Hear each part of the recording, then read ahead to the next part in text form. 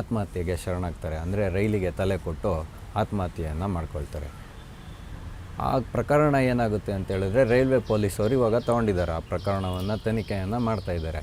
ಆದರೆ ಅದಕ್ಕೆ ಅವರ ಆತ್ಮಹತ್ಯೆಯ ಹಿಂದೆ ಒಂದು ಡೆತ್ ನೋಟನ್ನು ಬರೆದಿಟ್ಟಿರ್ತಾರೆ. ಅವರು 6-7 ಪುಟಗಳ ಸಂಕ್ಷಿಪ್ತವಾದ ಒಂದು ಸುದೀರ್ಘವಾದ ಡೆತ್ ನೋಟನ್ನು ಏನು ಬರೆದಿಟ್ಟಿದ್ರು, ಅದರಲ್ಲಿ ಪ್ರಿಯಾಂಕಾ ಖರ್ಗೆ ಅವರ ಆಪ್ತ ಏನಿದ್ದಾರೆ ರಾಜು ಕಪನೂರು ಅವರ ಹೆಸರನ್ನು ಕೂಡ ಮೆನ್ಷನ್ ಮಾಡ್ತಾರೆ. ಅಂದರೆ ಅವರು ಮತ್ತು ಅವರ ಒಂದು ಹಿಂಬಾಲಕರು ಯಾರಿರ್ತಾರೆ 7-8 ಜನರದ ಹೆಸರುಗಳನ್ನು ಕೂಡ ಅದರಲ್ಲಿ ಉಲ್ಲೇಖ ಮಾಡಿ ಇಟ್ಟಿರ್ತಕ್ಕಂಥದ್ದು. ಆದರೆ ಇದಕ್ಕೂ ಹಿಂದೆ ಒಂದು ಘಟನೆ ನಡೆದಿರುತ್ತೆ. ಏನಂತೇಳಿದ್ರೆ ಸಚಿನ್ ಪಾಂಚಾಳು ಅಂತ 2-3 ದಿನದಿಂದ ಮನೆಗೆ ಬಂದಿಲ್ಲ ಅಂತೇಳ್ಬಿಟ್ಟು ಅವರ ಸಹೋದರಿಯರು ಸ್ಟೇಷನ್ನಿಗೆ ಕೂಡ ಹೋಗಿರ್ತಾರೆ. ಒಂದು ಮಿಸ್ಸಿಂಗ್ ಕಂಪ್ಲೇಂಟನ್ನು ದಾಖಲೆ ಮಾಡೋಕ್ಕೆ ಹೋಗ್ತಾರೆ. ಆದರೆ ಪೊಲೀಸವರು ಆ ಕಂಪ್ಲೇಂಟನ್ನು ನಿರ್ಲಕ್ಷ್ಯ ಮಾಡ್ತಾರೆ. ಅಂದರೆ ತುಂಬ ವಿಳಂಬ ಮಾಡಿ ಕಂಪ್ಲೇಂಟನ್ನು ತೊಗೊಳ್ತಾರೆ. ಆವಾಗ ಅವರು ಆನ್ಲೈನ್ ಮೂಲಕ ಕಂಪ್ಲೇಂಟನ್ನು ಕೊಟ್ಟಿರ್ತಕ್ಕಂಥದ್ದು. ಸಚಿನ್ ಪಾಂಚಾಳು ಅಂತೇಳೋರ ಒಂದು ಪಾರ್ಥಿವ ಸಿಕ್ಕಿದ ಮೇಲೆ ಈ ವಿಷಯ ರಾಜಕೀಯ ತಿರುವನ್ನು ಪಡೆದುಕೊಳ್ಳುತ್ತೆ. ಪೊಲೀಸರು ಇಲ್ಲಿ ನಿರ್ಲಕ್ಷ್ಯ ಮಾಡದೆ ಅವರ ಸಹೋದರಿಯರು ಹೇಳ್ದಾಗಲೇ ಕನಿಷ್ಠ ಪಕ್ಷ ದೂರನ್ನು ದಾಖಲಿಸ್ಕೊಂಡು ತನಿಖೆಯನ್ನು ನಡೆಸಿದರೆ ಸಚಿನ್ ಪಾಂಚಾಳು ಪ್ರಾಣ ಉಳಿತಾ ಇತ್ತು ಅನ್ನೋದು ಅವರ ಕುಟುಂಬಸ್ಥರ ವಾದ. ಸಚಿನ್ ಪಾಂಚಾಳವರು ಡೆತ್ ನೋಟಲ್ಲಿ ಉಲ್ಲೇಖ ಮಾಡಿರುವಂತೆ ರಾಜು ಕಪನೂರವರು ಇನ್ನೂ ಒಂದು ಹತ್ಯೆಗೆ ಕೊಲೆಗೆ ಸಂಚನ್ನು ರೂಪಿಸಿದ್ದಾರೆ ಅಂತ ಒಂದು ಆಪಾದನೆಯನ್ನು ಮಾಡಿದ್ದಾರೆ ಆ ಡೆತ್ ನೋಟಲ್ಲಿ. ಅದರಲ್ಲಿ ಯಾರ್ಯಾರು ಅಂತ ಹೇಳಿದ್ರೆ ಶ್ರೀರಾಮ ಸೇನೆಯ ರಾಷ್ಟ್ರೀಯ ಅಧ್ಯಕ್ಷರಾದಂಥ ಆದೋಲ ಸ್ವಾಮೀಜಿ ಅಂತ ಕರೀತಾರೆ. ಇವರ ಹೆಸರು ಸಿದ್ಧಲಿಂಗ ಸ್ವಾಮೀಜಿಯವರು. ಇವರನ್ನು ಹತ್ಯೆ ಮಾಡೋಕ್ಕೆ ಒಂದು ಸಂಚನ್ನು ರೂಪಿಸಿದ್ದಾರೆ. ಮತ್ತು ಶಾಸಕರಾದ ಬಸವರಾಜು ಮುತ್ತಿಮಡು ಮತ್ತು ಚಂದು ಪಾಟೀಲ್ ಇವರೆಲ್ಲ ಕಲಬುರಗಿಯ ಒಂದು BJPಯ ನಾಯಕರು ಮತ್ತು ಮಣಿಕಂಠ ರಾಥೋಡ್ ಅನ್ನುವಂಥ ಈ 4 ಜನರ ಹತ್ಯೆಗೆ ಸಂಚನ್ನು ರೂಪಿಸಿದ್ದಾರೆ ರಾಜು ಕಪನೂರು ಅಂತ ಹೇಳುವಂತಹ ವಿಷಯ ಕೂಡ ಈ ಡೆತ್ ನೋಟಲ್ಲಿ ಉಲ್ಲೇಖ ಆಗುತ್ತೆ. ಹಾಗಾಗಿ ರಾಜ್ಯದಾದ್ಯಂತ ಪ್ರತಿಭಟನೆಗಳಾಗುತ್ತೆ. BJPಯವರು ಸಚಿನ್ ಪಾಂಚಾಳ್ ಅವರ ಆತ್ಮಹತ್ಯೆಗೆ ಕಾರಣೀಭೂತರಾದಂತಹ ರಾಜು ಕಪನೂರು ಅವರ ಬಂಧನವನ್ನು ಮಾಡಬೇಕು ಅಂತ ರಾಜ್ಯದಾದ್ಯಂತ ಹೋರಾಟವನ್ನು ಮಾಡುತ್ತೆ. ಆದರೆ ರಾಜ್ಯ ಸರ್ಕಾರ ಯಾವುದೇ ವಿಧವಾದಂಥ ತಲೆಯನ್ನು ಕೆಡಿಸ್ಕೊಳ್ಳಲ್ಲ. ಮತ್ತು ಈ ಸಚಿನ್ ಅವರ ಒಂದು ಆತ್ಮಹತ್ಯೆ ನಡೆದಿದ್ದು ಬೀದರ್ ಜಿಲ್ಲೆಯಲ್ಲಿ. ಮತ್ತು ಇವರು ಹತ್ಯೆಗೆ ಸಂಚು ರೂಪಿಸಿದಾರಲ್ಲ ಅದರ ನಾಯಕರೆಲ್ಲ ಇರ್ತಕ್ಕಂಥದ್ದು ಕಲಬುರಗಿ ಜಿಲ್ಲೆಯಲ್ಲಿ. ಈ ಮುತ್ತಿಮೂಡು ರಾಥೋಡು ಇವರೆಲ್ಲ ಸೇರಿ ಕಲಬುರಗಿ ಕಮಿಷನರ್ ಆಫೀಸಿಗೆ ಹೋಗ್ತಾರೆ ಕಂಪ್ಲೇಂಟ್ ಕೊಡೋಕ್ಕೆ. ಆದರೆ ಕಾಂಗ್ರೆಸ್ ಸರ್ಕಾರ ಏನು ಮಾಡುತ್ತೆ ಅಂದರೆ ಆ ಕಂಪ್ಲೇಂಟನ್ನು ತೊಗೊಳ್ಳಲ್ಲ. ನಮ್ಮ ಮೇಲೆ ಈ ರೀತಿಯಾಗಿ ಸುಪಾರಿ ಕೊಟ್ಟು ಹತ್ಯೆ ಮಾಡಿಸ್ಲಿಕ್ಕೆ ಪ್ರಯತ್ನ ಮಾಡಿದ್ದಾರೆ ಅಂತ ಸ್ವಾಮೀಜಿಯವ್ರನ್ನ ಹೊರತುಪಡಿಸಿ 3 ಜನ ಹೋಗ್ತಾರೆ. ಆದರೆ ತೊಗೊಳ್ಳಲ್ಲ. ಯಾಕೆಂದರೆ ಈ ಬಲಾಢ್ಯ ಸರ್ಕಾರ ಅಂತ ನಾನು ಏನು ಹೇಳಿದೆ ಅಂದರೆ ಇದು ಕೇವಲ ಮ್ಯಾಜಿಕ್ ನಂಬರ್ನಲ್ಲಿ ಮಾತ್ರ ಬಲಾಢ್ಯ.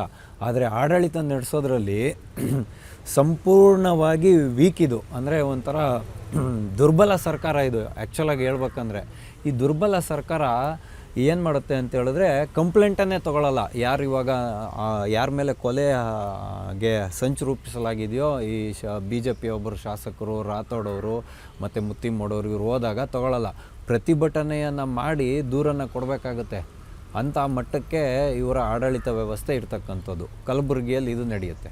ಅದಾದ ಮೇಲೆ ಈಗ ಹೊಸದೊಂದು ವರಸೆ ಏನು ಶುರುವಾಗಿದೆ ಅಂತ ಹೇಳಿದ್ರೆ ಸಚಿನ್ ಪಾಂಚಾಳ್ ಅವರೇನೆ ರಾಜು ಕಪನೂರವ್ರಿಗೆ 58 ಲಕ್ಷ ಚಿಲ್ಲರೆ ರೂಪಾಯಿ ಅಂದರೆ ಸರಿಸುಮಾರು 60 ಲಕ್ಷ ರೂಪಾಯಿಗಳನ್ನು ಕೊಡಬೇಕು, ಅದಕ್ಕೆ ನಮ್ಮ ಹತ್ರ ಆಧಾರ ಇದೆ ಅಂತ ಹೇಳುವ ಮಟ್ಟದಲ್ಲಿ ಮಾತಾಡ್ತಾ ಇದ್ದಾರೆ. ಅಂದರೆ ಇವ್ರು ಕಿಕ್ ಬ್ಯಾಕ್ ಪಡ್ಕೊಂಡಿದ್ದಕ್ಕೆ ಯಾವುದೇ ಆಧಾರವನ್ನು ಇವರು ತೋರಿಸ್ತಾ ಇಲ್ಲ.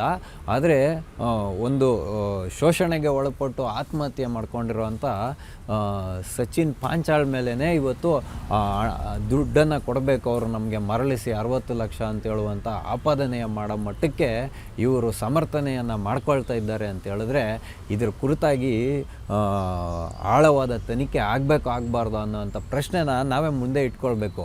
ಹಂಗಾಗಿ ಇವತ್ತು BJP ಸರ್ಕಾರ ಏನು ಮಾಡ್ತಾ ಇದೆ ಅಂತ ಹೇಳಿದ್ರೆ ರಾಜ್ಯದ ಯಾವುದೇ ಒಂದು ತನಿಖಾ ಸಂಸ್ಥೆ ಇದನ್ನು ತನಿಖೆ ಮಾಡಬಾರ್ದು, ಇದನ್ನು ಡೈರೆಕ್ಟಾಗಿ CBIಗೆ ವಹಿಸಬೇಕು ಅಂತ ಹೇಳುವಂಥ ಡಿಮ್ಯಾಂಡನ್ನು ಮಾಡ್ತಾ ಇದೆ. ಅದು ಸೂಕ್ತವೂ ಕೂಡ ಅನ್ನಿಸ್ತಾ ಇದೆ. ಯಾಕೆ ಅಂತ ಹೇಳಿದ್ರೆ ಈಗಾಗಲೇ ಆಗಿರೋವಂಥ ಸಾಲು ಆತ್ಮಹತ್ಯೆಗಳೇನಾಗಿದೆ ಅದಕ್ಕೆ ಯಾವುದಕ್ಕೂ ನ್ಯಾಯವನ್ನು ಕಲ್ಪಿಸುವಂತಹ ಒಂದು ಸದ್ವಿಚಾರವೇ ಕಾಂಗ್ರೆಸ್ ಪಾರ್ಟಿಗೆ ಬರಲಿಲ್ಲ. ತನ್ನ ಒಂದು ಆಡಳಿತ ವ್ಯವಸ್ಥೆ ಏನು ಈ ದುರ್ಬಲ ಸರ್ಕಾರ ಇದೆಯಲ್ಲ ಮ್ಯಾಜಿಕ್ ನಂಬರ್ನ ಮೇಲೆ ಬಲಾಢ್ಯವಾಗಿ ನಿಂತಿರುವಂಥ ದುರ್ಬಲ ಸರ್ಕಾರ ಇದು. ಹಂಗಾಗಿ ಅದಕ್ಕೆಲ್ಲೂ ಅಡಚಣೆ ಬರದೇ ಇದ್ದಂಗೆ ಮ್ಯಾನೇಜ್ ಮಾಡ್ಕೊಂಡು ಹೊರಟೋದ್ರೆ ಆಗೋಯ್ತು. ಅದನ್ನು ಸರಿಪಡಿಸ್ಕೊಂಡು ಪಕ್ಕಕ್ಕೆ ಸರಿಸಿ ಮುಂದಕ್ಕೆ ಹೋಗ್ತಾ ಇರಬೇಕು ಅಷ್ಟೇ. ಇವ್ರಿಗಿರುವಂಥ ಇನ್ನು 3 ವರ್ಷಗಳ ಮೂರು ಚಿಲ್ಲರೆ ವರ್ಷಗಳ ಕಾಲನ ಪೂರೈಸ್ಬಿಟ್ರೆ ಸಾಕು ಅನ್ನೋ ಮಟ್ಟಕ್ಕೆ ಹೊರಟೋಗಿದೆ ಈ ಸರ್ಕಾರ. ಹಂಗಾಗಿ ಈ ಸರ್ಕಾರಕ್ಕೆ ನಾಚಿಕೆ ಮಾನ ಅನ್ನೋದು ಯಾವುದು ಇಲ್ಲ ಅಂತ ಹೇಳೋವಂಥದ್ದು ಇಲ್ಲಿನ ವಿಚಾರ ಆಗಿರ್ತಕ್ಕಂಥದ್ದು. ಹಾಗಾಗಿ ಇದನ್ನು ಕೂಲಂಕುಷವಾಗಿ CBI ತನಿಖೆಗೆ ಒಳಪಡಿಸ್ಬೇಕು. ಈ ಒಂದು ದುರ್ಬಲ ಬಲಾಢ್ಯ ಸರ್ಕಾರ ಅಂತ ಹೇಳೋದು ಸಚಿನ್ ಪಾಂಚಾಳ್ ಅವರ ಹತ್ಯೆಯಿಂದ ಮುನ್ನೆಲೆಗೆ ಬರುತ್ತೆ. ಈ ಹಿಂದೆ ಇದೇ ರೀತಿಯಾದಂಥ ಒಂದು ಪ್ರಕರಣ ನಡೆದಿತ್ತು. ಅಂದರೆ ಈಶ್ವರಪ್ಪ ಅವರು ಏನು ಮಂತ್ರಿಯಾಗಿದ್ದರು, ಆವಾಗ ಒಬ್ಬರು ಗುತ್ತಿಗೆದಾರರು ಇದೇ ರೀತಿಯಾಗಿ ಆತ್ಮಹತ್ಯೆಯನ್ನು ಮಾಡಿಕೊಂಡಾಗ ಹಠಕ್ಕೆ ಬಿದ್ದಂಥ ಅಂದಿನ ಇದು ಕಾಂಗ್ರೆಸ್ಸಿಗರು ಅವರ ರಾಜೀನಾಮೆಯನ್ನು ಪಡ್ಕೊಂಡಿದ್ರು. ಅದೇ ರೀತಿಯಾಗಿ ಇವಾಗ ಪ್ರಿಯಾಂಕಾ ಖರ್ಗೆ ಅವರ ಆಪ್ತರ ಹೆಸರು ಬಂದಿದೆ. ಮತ್ತು ಡೆತ್ ನೋಟ್ನಲ್ಲೇ ಉಲ್ಲೇಖ ಆಗಿರುವಂತೆ ಸಚಿನ್ ಪಾಂಚಾಳು ಪ್ರಿಯಾಂಕಾ ಖರ್ಗೆ ಅವರ ಮನೆಗೂ ಕೂಡ ಭೇಟಿಯನ್ನು ಕೊಟ್ಟಿದ್ದರು ಅಂತ ಹೇಳೋದು ಇದು ಎಲ್ಲ ಗುತ್ತಿಗೆಯ ವಿಚಾರಕ್ಕೆ ಬಂದಿರತಕ್ಕಂಥದ್ದು. ಹಣದ ಬೇಡಿಕೆ ವಿಷಯ ಎಲ್ಲ ಬಂದಿರೋದ್ರಿಂದ ಇವತ್ತು ಸಚಿನ್ ಪಾಂಚಾಳ್ ಅವರು ಆತ್ಮಹತ್ಯೆಯನ್ನು ಮಾಡ್ಕೊಂಡಿದ್ದಾರೆ ಅಂತ.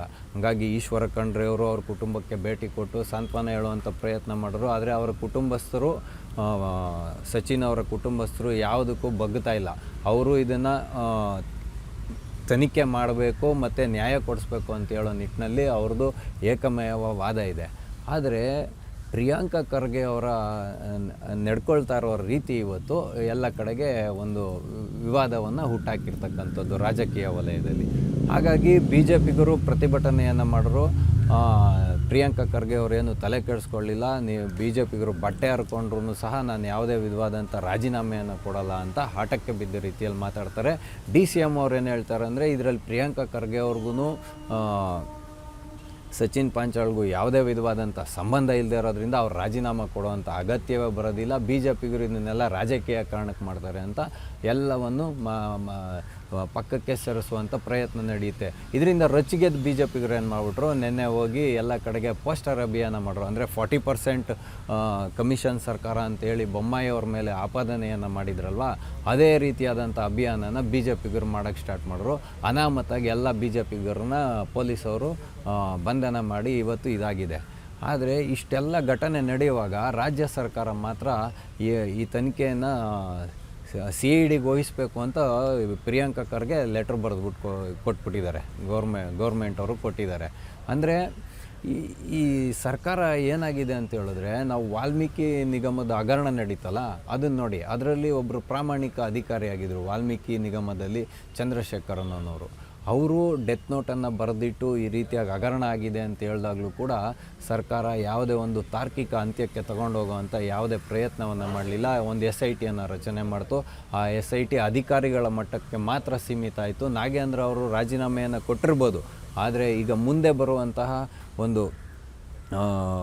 ಪುನರ್ರಚನೆ ಮಾಡ್ತಾರಲ್ಲ ಇವಾಗ ಮಂತ್ರಿಮಂಡಲವನ್ನು, ಅದರಲ್ಲಿ ನಾಗೇಂದ್ರ ಅವರಿಗೆ ಮತ್ತೆ ಸಚಿವ ಸ್ಥಾನವನ್ನು ಕೊಡ್ತೀವಿ ಅಂತ ಹೇಳುವಂಥ ನಿಟ್ಟಿನಲ್ಲಿ ಸರ್ಕಾರದ ನಡೆ ಇರತಕ್ಕಂಥದ್ದು.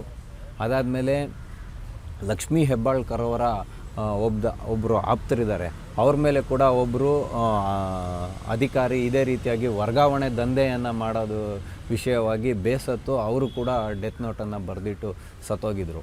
ಆ ಕೇಸು ಕೂಡ ಮೂಲೆಗುಂಪಾಯಿತು. ಈಗ ಸಚಿನ್ ಗುತ್ತಿಗೆದಾರ ಸಚಿನ್ ಪಾಂಚಾಳ್ ಅವರ ವಿಷಯ ಕೂಡ ಹೀಗೆ ಹೋಗ್ತಾ ಇದೆ.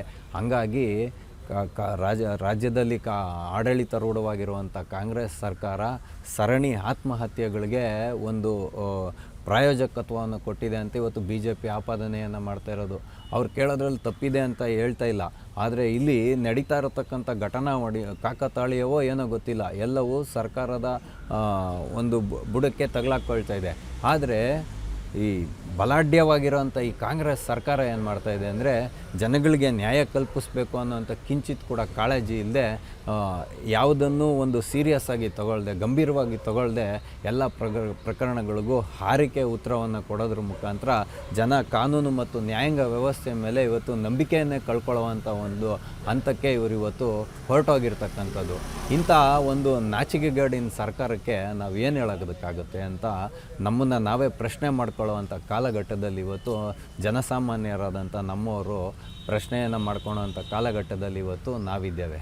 ಹಾಗಾಗಿ ಸಚಿನ್ ಪಾಂಚಾಳ್ ಅವ್ರಿಗೆ ನ್ಯಾಯ ಕೊಡಿಸ್ಬೇಕು ಅನ್ನುವಂಥ ಕಿಂಚಿತ್ ಕಾಳಜಿಯೂ ಕೂಡ ಈ ಸರ್ಕಾರಕ್ಕೆ ಇಲ್ಲ ಅನ್ನುವಂಥದ್ದು ಮೇಲ್ನೋಟಕ್ಕೆ ಕಂಡು ಬರ್ತಾ ಇದೆ. ಪ್ರಿಯಾಂಕಾ ಖರ್ಗೆ ಅವರು ಹಠಕ್ಕೆ ಬಿದ್ದಿದ್ದಾರೆ. DCM ಅವರು ಕ್ಲೀನ್ ಚಿಟ್ ಕೊಟ್ಕೊಳ್ತಾರೆ ತಮ್ಮ ಸರ್ಕಾರಕ್ಕೆ. ಹಾಗಾಗಿ ಇವತ್ತು ಗುತ್ತಿಗೆದಾರರು ಅಂದರೆ ವಿಶ್ವಕರ್ಮ ಸಮುದಾಯದವರು ಅಂತ ಇವತ್ತು ಹೇಳಲಾಗ್ತಾ ಇದೆಯಲ್ಲ ಸಚಿನ್ ಪಾಂಚಾಳ್ ಅವರು. ಹಾಗಾಗಿ ಇವತ್ತು ಗುತ್ತಿಗೆದಾರರೆಲ್ಲರೂ ಸೇರಿ ಒಂದು ಮೀಟಿಂಗನ್ನು ಮಾಡ್ತಾಯಿದ್ದಾರೆ. ತದನಂತರದಲ್ಲಿ ಅದರ ಬೆಳವಣಿಗೆಗಳು ಏನಾಗುತ್ತೆ ಅನ್ನೋದನ್ನು ನಾವು ಕಾದು ನೋಡೋಣ. ಅದಕ್ಕೆ ಇಷ್ಟು ಇವಾಗ ಇವರ ಒಂದು ಆತ್ಮಹತ್ಯೆ ಹಿಂದೆ ತಳುಕು ಹಾಕಿಕೊಂಡಿರ್ತಕ್ಕಂಥ ರಾಜಕೀಯ ವಿಚಾರ. ಆದರೆ ಸರ್ಕಾರ ಮುನ್ನಡೆಸುವಂತಹ ಸಿದ್ದರಾಮಯ್ಯನವರು ಇವತ್ತು ಇಂಥ ಗಂಭೀರವಾದಂತಹ ಆಪಾದನೆಗಳು ಸರ್ಕಾರದ ಮೇಲೆ ಬಂದಾಗಲೂ ಕೂಡ ಕಿಂಚಿತ್ತು ಕೂಡ ಕಾಳಜಿ ಇಲ್ಲದೆ ಬಂಡತನವನ್ನು ಮೆರೀತಕ್ಕಂಥದ್ದು ಎಷ್ಟರ ಮಟ್ಟಿಗೆ ಸೂಕ್ತ ಅಂತ ಹೇಳುವಂಥ ವಿಚಾರವನ್ನು ನಿಮ್ಮ ಮುಂದೆ ಇಡುವುದರ ಮುಖಾಂತರ ಆಟೋವಲ ಕಾರ್ಯಕ್ರಮವನ್ನು ನಾವಿಂದು ಮುಗಿಸ್ತಾ ಇದ್ದೇವೆ. ಮುಂದೆ ಇಂತಹದ್ದೇ ಒಂದು ಕುತೂಹಲಕಾರಿಯಾದ ವಿಷಯದೊಂದಿಗೆ ನಾವೆಲ್ಲರೂ ಮತ್ತೆ ಭೇಟಿಯಾಗೋಣ. ಅಲ್ಲಿಯವರೆಗೂ TV ವಿಕ್ರಮವನ್ನು ಸಬ್ಸ್ಕ್ರೈಬ್ ಮಾಡುವುದರ ಮುಖಾಂತರ, ನಿಮ್ಮ ಸದ್ವಿಚಾರಗಳನ್ನು ಕಾಮೆಂಟ್ ಮಾಡುವುದರ ಮುಖಾಂತರ ಹಾಗೂ ಶೇರ್ ಮಾಡುವುದರ ಮುಖಾಂತರ ನಮ್ಮನ್ನು ಪ್ರೋತ್ಸಾಹಿಸಿ. TV ವಿಕ್ರಮ, ದೇಶ ನಿಮ್ಮ ಕೈಯಲ್ಲಿ. ಈ ಕಾರ್ಯಕ್ರಮ ನಿಮಗೆ ಇಷ್ಟ ಆಗಿದ್ದಲ್ಲಿ ಲೈಕ್, ಶೇರ್ ಹಾಗೂ ಕಮೆಂಟ್ ಮಾಡಿ. TV ವಿಕ್ರಮದ ಕಾರ್ಯಕ್ರಮಗಳನ್ನು ನಿರಂತರವಾಗಿ ವೀಕ್ಷಿಸಲು ಸಬ್ಸ್ಕ್ರೈಬ್ ಮಾಡಿ, ಬೆಲ್ ಐಕನ್ ಒತ್ತಿ.